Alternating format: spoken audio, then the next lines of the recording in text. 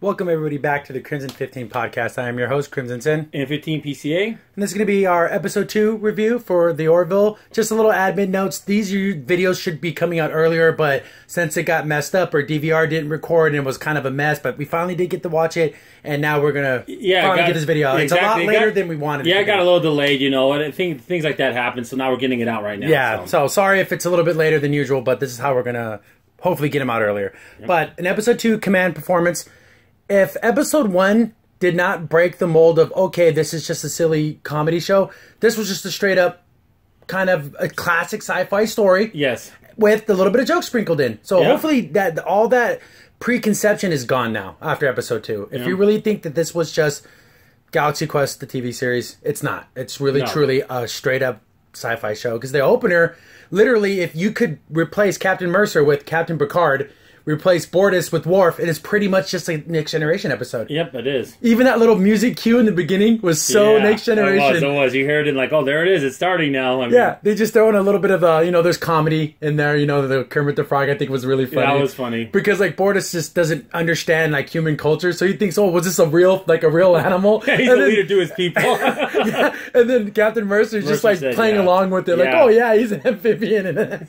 he's a leader to his people. It's just so stupid. Yeah, the Muppet people. The great race of the Muppets. And I want to also expand on that, Crimson. I think it's so fascinating when you look at it, because it's like, now you're getting... See, Star Trek would do that too with things in the past, like alien culture would understand, but it was like cars or movies, generic things. Now these are specific pop culture things that people wouldn't get. So like the Muppets, I mean, some alien race, there's no way they would understand, well, what do you mean? What the heck is that? Yeah. But it's kind of cool that they throw that in. It makes it feel more grounded and real. Yes, it does. Because we understand those things. Yep. So in this episode, you kind of get that classic sci-fi story of someone having to take over the captain's chair, people getting the captain and the first officer disappear, so like someone has to step up their game. And I liked it. I really, really felt at home watching this, because again, a lot of people are saying, oh, it's retreading old tropes and everything. But when's the last time we've seen this? Like, in this way, it's been a long time. Yeah. I mean, even if you want to even say something like Enterprise in the early episodes of that season, that was still 12 years ago. Guys, it's been a long time. It's fine that we go back to those tropes again. It's fresh again. It is. And you see that when Katan, she gets the captain's role, she's sitting there, but she's not giving orders. So everyone's like, well, do we do this? And it's like, oh, yeah, go ahead. Yeah, go and do it. She is, And they go, okay, yes or no? He's like, was that a yes? And he's just like, kind of like, oh, yeah, go ahead and do that. And like I said earlier, we're going to get those showcase episodes, and this was a showcase for Katan. Yes, it was. So we got to learn more about how she kind of was not comfortable in that captain's chair. No, at all. It really, really thought, oh, I'm going to mess up, and she kind of messed up. Well, because the thing is, in this situation, Bortus would have been in charge, but he was giving birth. Basically sitting on like a chicken. A chicken laying on his egg, basically. So he's like, don't bother me with this. I got to worry about this child. I can't be worried about what you're doing right now. So he's sitting there doing his thing, and she's like, well, I got to stay in charge. But she even went as far as going to the science, the medical officer, Dr. Finn, and she goes, give me a reason. Even say I'm on drugs. I don't care. Get me out of this church. I'm not going to do that. I loved the tough love coming from the doctor. That was such a good, where she's like, I'm not going to tell you I'm not going to sit behind you and whisper in your ear all the right things to say and do. Make a decision, do it, and then evaluate the consequences of what happened. But I'm here for you if you want to talk, but I'm not going to be able to tell you what to say and what to do. I'm like, wow, this feels like such like a real sci-fi thing. No jokes in there, no silliness in there. It was just straight up real sci-fi drama. Besides the Obi-Wan thing, that was it. She said, I'll be like Obi-Wan. She's like, who? Because she's another alien race. But the overall setup, again, people saying that it was like a retread of old sci-fi tropes. But you know what? I didn't mind it because it felt so familiar. Yeah. It felt comfortable. Once you kind of see, because in the setup, the Captain Malloy and Grayson are going to a space ship that was stranded. Stranded, yeah. But it was really this other alien race that kind of really advanced. Which is strange. We're starting to learn more and more about these different kind of races, this universe. Yeah, the thing about this race, I think they're called Calvins. Yeah, that's weird. The pronunciations and things. We're still learning a lot of this type of stuff. But they're the top of the food chain apparently. But with them, they have much better technology. They actually showed like transport technology, which I guess is beyond human. Yeah, they have replicators though. Yeah. We saw that, for some comedic effect. Yeah, that was there. So they can make food out of like just energy, like they didn't explain. So pretty much is a replicator. So that's its thing. The thing about this race, about the Calvins, they're alien race. They're all red, and like they think if you're not advanced equally technology wise, they treat you like you're a second class citizen, like you're nothing to them. You might as well just be an animal to them. They don't care. And what ends up happening is they end up catching the captain and Mercer and his first officer, Kelly, and basically puts them into like what I would consider like a zoo. Like, oh look, and then everyone just watches them. Their races. Oh, look at those animals. That's what they treat them like. And that's a very sci-fi thing. That's even I think there's even a Twilight Zone episode about that. But you kind of see it happening. Was like, why would they be? First they get captured and then they wake up like in a recreation of their old apartment, which is really strange if you think about it, because it was like down to the exact detail. How do these aliens know that? That's how advanced they are. Like they got these little details. So they must have been specifically targeting Captain Mercer. Oh yeah. And they figured, and they probably even knew that his wife was on the ship, so we get 2 for 1. So let's see how they are interacting. And maybe go as far as we might even see their mating for it. Yeah, because they literally see the human race or anyone else who isn't advanced them literally like animals. Yeah. Like how people would watch the pandas or whatever. Yep. And they make a kind of a comment about that. Like, humans, we used to put animals in zoos and stuff like that. And it's like, okay, you're making your kind of... Yeah, it's fine. But it's fine. It wasn't heavy-handed. No, it's fine. But it also... It's kind of interesting too. They were so detailed. These Calvins, Calvins. I'm probably saying it wrong. Don't Calivon. Yeah. So however you say that, we'll get more used to the vernacular. Yeah, we just have to get used to these alien races, all that.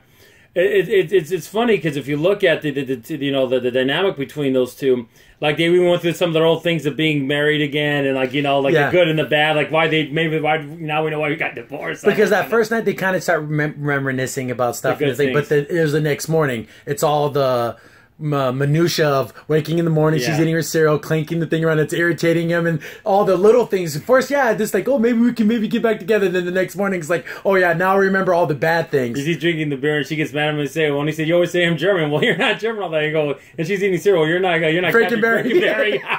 That was a funny joke. That was really good. See, Seth MacFarlane really knows that. The comedy's still good. Oh, yeah. The comedy's still top notch. I laughed at pretty much all the jokes. Were really good. But also from the Calvins, what they did this race, they were so detailed. They even had his family, his mom, and dad on that ship, and they knew little things about him. They were all holograms. I'm assuming they even could respond, and he's talking to them, and he really truly felt those are my parents. Yeah. And they even said, we're out here visiting the Petersons, another family. So this hologram technology was able to think on its feet and react and interact with the Captain Mercer, sorry. Mercer, yeah. And so, man, they must be really advanced, this Calvion race or whatever. They must be way out there with... Well, I think it's kind of interesting. Well, we still don't know. It's only the second episode, but is the Union kind of at the top of the food chain? Because in Star Trek as a whole, they're the most powerful entities of Federation. Yeah, pretty much. But this one, it seems like maybe not so much. Maybe these other races... you could say, the Borg are more powerful or whatever, but, we're talking about a real civilization, like a real society that actually has not just one drone hierarchy all connected to one mind. No, we're talking free-thinking, societies. So, it's kind of cool to learn, there's this other race. And then they would only talk to them if they were talking to the Isaac, because he's a Kaelon, he's the robot officer. Yeah, they're about as advanced as they are, so they see them as equals. Yeah, so they're above the humans, so they're more willing to talk to them. When they actually have to go down to the planet, and they're kind of negotiating the release of them. He doesn't even talk to... That was Catan. She's there, and he literally introduces her, this is my pet. Okay, that makes sense. Which is so demeaning. Oh, of course. This is a sentient being that can talk and has feelings, but they feel they're so above it. That's just like your little hand merchant thing. And she goes, "Let me just talk to you." And then he's like, I don't want to. It's like a big joke. Yeah. He's like, "What? You really want me to talk to this female Catan?" It'd be like someone coming up to you and asking, "Dude, talk to my dog." Yeah. And what do you mean? Just humor me. Oh, okay, let's talk now. He's such a big jerk. Yeah, and it's also funny because the little things they had in the episode, you thought were going to be big plot points, they turned out to be nothing.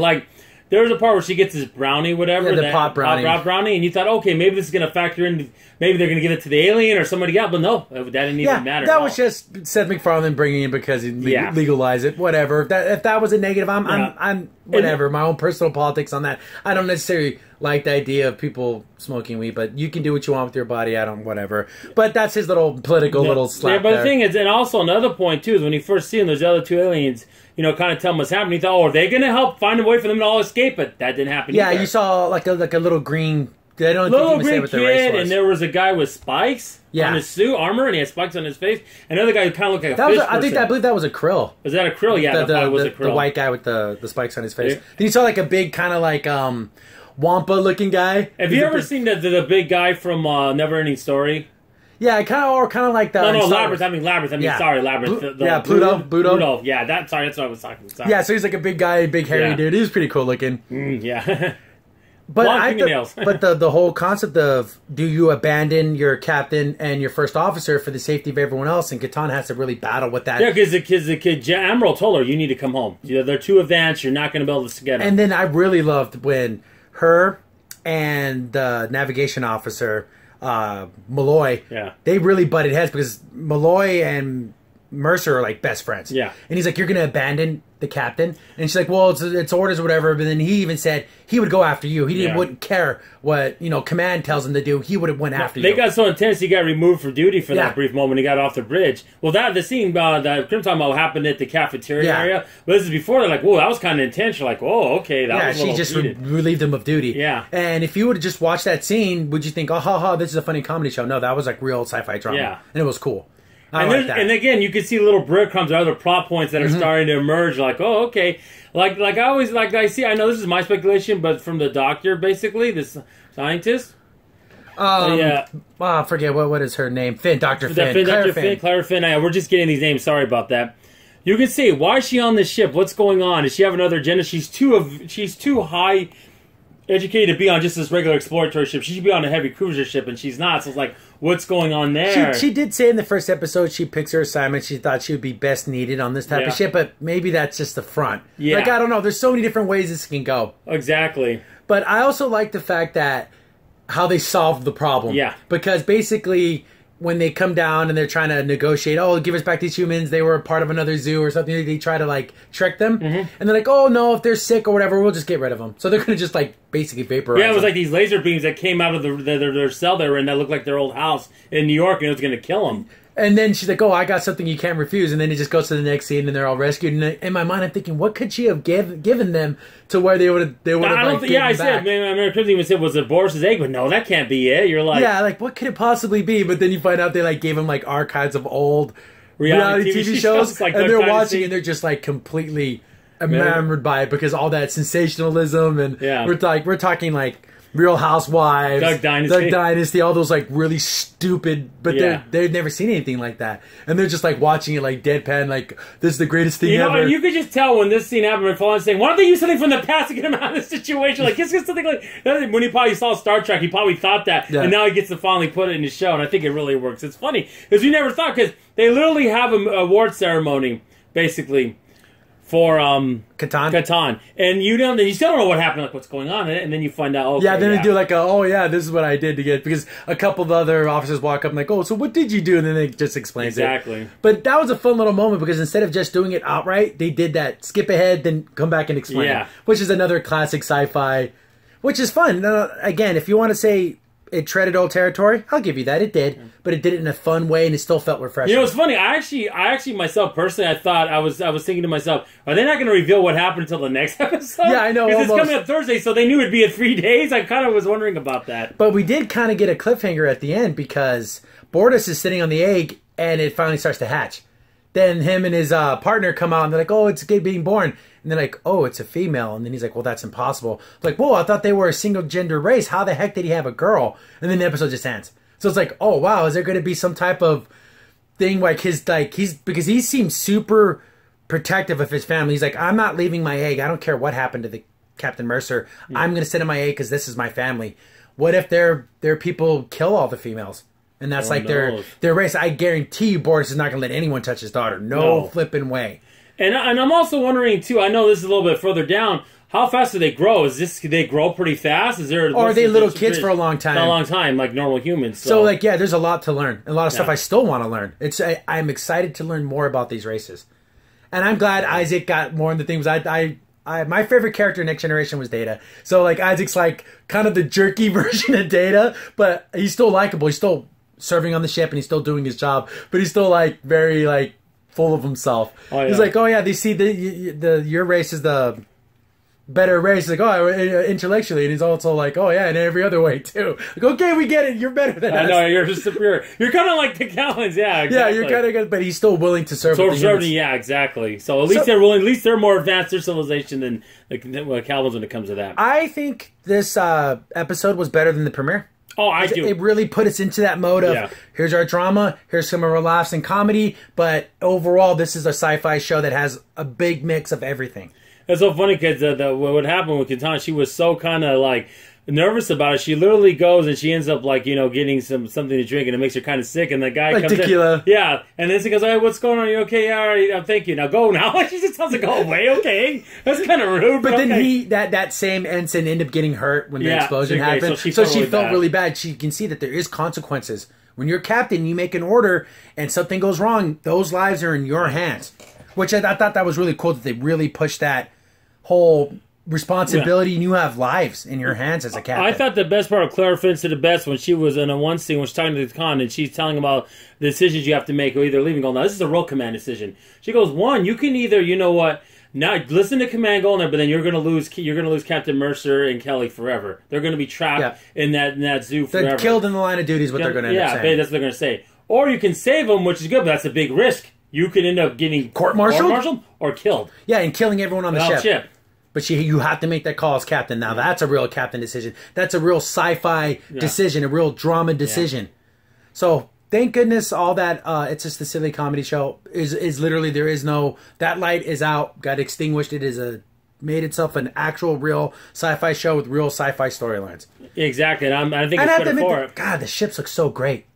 They showed the Calvion ships. They looked very Ferengi to me. Kind of. They kind of had that Ferengi look to them. But I liked we didn't bring up, they had like a hollow emitter. Yeah, hollow emitter. To mask their ship to get through the line. But they ended up getting, and what happened, we didn't mention this either, when they tried to first get the hollow emitter onto their ship with that full buoy, it blew up.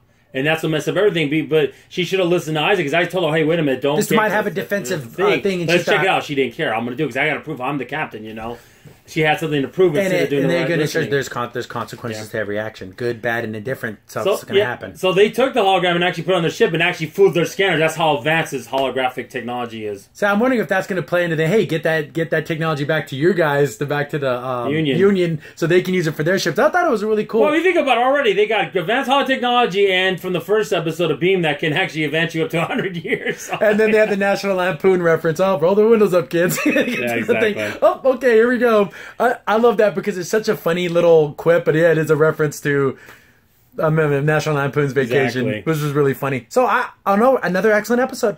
Yeah, I even thought when John kept referring to Katana, like, oh, she's Dora the Explorer. Yeah, and that one because there was I remember before in the comments, one of you guys said that, well, there's no engineering officer. I guess there is. That would be Steve Newton. He was the older guy down in the bottom, and he's like talking to the captain when they had to reroute power. And he's like, no, we need to still do repairs. And then she's like, hey, if we don't find out where the captain is, where Mercer is, we're not going anywhere anyways. So we have to divert power. And he kept calling her kid, but I didn't think it was a slight to her. That was just because he's so much older than her. But it's like, it's sir, I'm the captain now. He accepted it right away. But it's funny about when you mentioned the friggin' the head of the engineering, Steve Newton. It's funny about him is I wonder if, maybe it's just me overthinking this. I wonder if this is a harken back to his Next Generation, because Next Generation, they kept switching engineers on the Enterprise. You really didn't get in here until Geordi, until like almost the end of season 2, beginning of season 2. Then you got Geordi to be engineer. Where Geordi was like, okay, he's the official engineer. Yeah, before they kept using different actors. You're like, so it was not important there too. So is this a harken back to that? Maybe. I don't know. Maybe I'm thinking too much into it, but it's what I think. He's not one of the main cast, but he's there. And actually, when I was looking through to get all the actors' names and stuff, he's in most of the episodes. He's in 12 of the 13 episodes. So this Steve Newton character's going to be more in the thing for the engineering and stuff. It's funny. We've not seen the engine room yet. Yeah, well, we kind of saw the walls, I guess, of it. The walls of it, and we saw the cargo bay area because he was trying to fix it because it blew up that side from. Yeah, they were trying to bring in that buoy, and then it blew up right at the rear. But overall, I thought it was a great episode. I loved it. I'm excited. I really thought it was really good. If I had to give it a number, it was an 8 out of 10. Maybe 8.5, solid. I think it was a good showcase episode for Catan. It showed her vulnerabilities, her weaknesses, and her strengths. So that's how you make character development. Her character developed. Then her and Malloy, butting heads, that's character development. That's the thing that makes any sci-fi show great, is the characters grow as we watch them. We get to see them grow his characters, and this episode did that. And again, something that Star Trek would never have in their mess hall cafeteria thing. They have a bar. Yeah, like they're all sitting down, and like in the corners, a guy actually like pouring drinks and stuff. Oh, that was kind of cool. Yeah, drinking on duty. That's great. No. that's pretty funny. Awesome. But you know what? I'm smiling. I'm waiting for the next episode. That cliffhanger at the end with Bortus's daughter, which apparently they didn't think was possible. Maybe it's like a super rare 1 in a million type situation. We want to see where that leads. Maybe technically when he said they're all male, maybe that's what they want. Maybe they do have females like Crimson. And they just get rid of them. They get rid of them, which that would be sad. Yeah. Well, the next episode's Thursday, so we only have a few days to wait. So this I'm going to try to get this up as soon as possible. I know there was comments about this episode on our other videos, and I'll try to roll those into our comments for the next. Yeah, we're trying to think of, but see, it's such a shame that YouTube doesn't alert you on your comments all the time. Yeah, it's weird. If it's an old videos, yeah, it's really weird. I don't like it. But again, love the episode, hate the episode. Your insights and things that you saw, didn't see, that want to see more of, let us know. We'll respond. We'll do another comments response video. We love you guys coming out there because it makes the conversation better. Yep. The more people talking about it, the better. And we'll keep doing these as long as you guys keep commenting on them and keep watching these particular ones over. We'll still talk about other nerdy things, but we're going to be about this a lot. So again, it's a recommended episode. Episode 1's really good. Episode 2's really good. So hopefully we go for the straight. We go for the 3 in the row. And when we talk about Kermit, there's actually a Kermit little toy, too. Yeah. It's fun. It's a fun little, it's a little trinket he has on his desk. Well, it's another thing we forgot to mention, Katal, when they told her that they wanted her to go back to the Earth, basically, and wait and get a new cat, that she's all looking around and she's a Kermit toy. Yeah. The girl's like, hey, you're going to do what you got to do. And she ends up smashing the table because they're super strong. Yeah. They're rich. I get to let you know that, by the way, she's also really, physically super strong. Yeah. So, again, thanks for watching. Yeah, thanks for watching. Keep watching and subscribe if you like our content. Yep, and share it and comment, do all that good stuff. I've been your host, Crimson Sin. And 15 PCA. See you guys later. See you later.